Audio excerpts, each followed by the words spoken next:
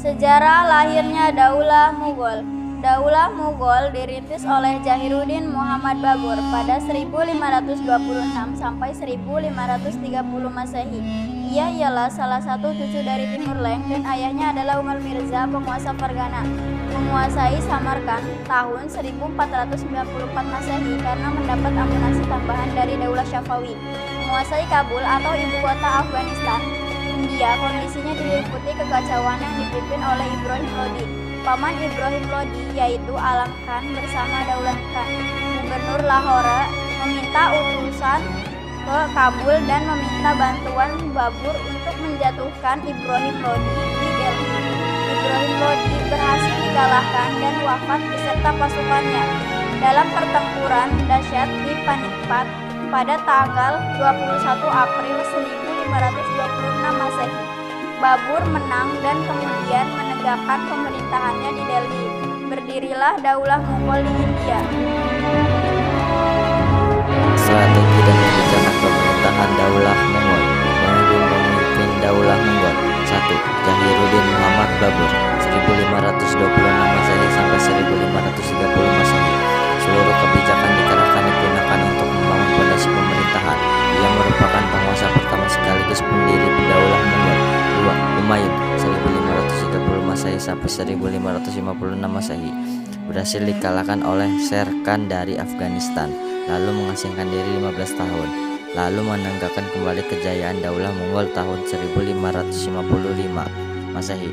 Ia wafat pada 1556 Masehi. 3. Jalaluddin Muhammad Akbar 1556 Masehi sampai 1605 Masehi. Pemimpin Mongol paling kontroversial karena memimpin di usia 14 tahun. Ia wafat pada 16 Oktober 1605 Masehi. 4. Nuruddin Muhammad Salim atau Jahangir 1605 Masehi sampai 1627 Masehi. 5. Shah Jihan 1628 Masehi sampai 1658 Masehi. Taj Mahal dan Masjid Jama adalah bangunan megah yang diwariskan kepada dunia. Masa ini adalah masa kejayaan Daulah Mughal. Mereka yang melakukan pelanggaran akan dihukum dengan ular berbisa peliharaannya. Ia meninggal pada 2 Januari 1666 Masehi. 6. Aurangzeb 1658 sampai 1707 Masehi. Masa pengembalian kedaulatan Islam. Ia wafat pada 1707 Masehi. 7. Bahadur Shah 1707 Masehi sampai 1712 Masehi mulai mengalami kemunduran. 8. Jehander 1712 Masehi sampai 1713 Masehi. Jatuhnya Mughal ke dalam kekuasaan Afgan. 9. Bahadur Shah 1837 Masehi sampai 1858 Masehi. Raja terakhir dan dia diusir dari istana, maka berakhirlah kekuasaan kerajaan Islam Mughal di India. Kemajuan peradaban Islam pada masa Daulah Mughal. Pertama, bidang politik dan administrasi. Menjalankan roda pemerintahan secara pemerintahan militeristik dan menerapkan politik toleransi sulhul atau universal. Pada masa Akbar terbentuk landasan institusional dan geografis sebagai kekuatan imperiumnya yang dijalankan oleh militer dan politik yang pada umumnya terdiri dari pembesar-pembesar Afgan, Iran, Turki, dan Muslim asli India. Kedua, bidang ekonomi.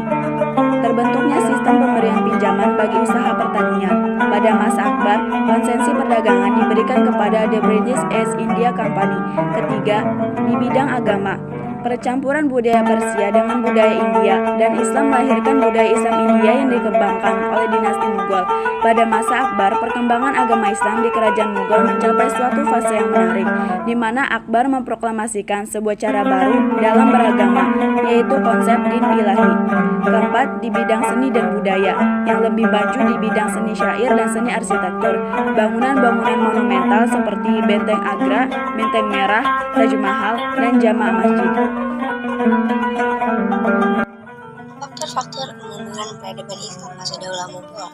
1. Terjadinya stagnasi dalam pembinaan kekuatan militer. 2.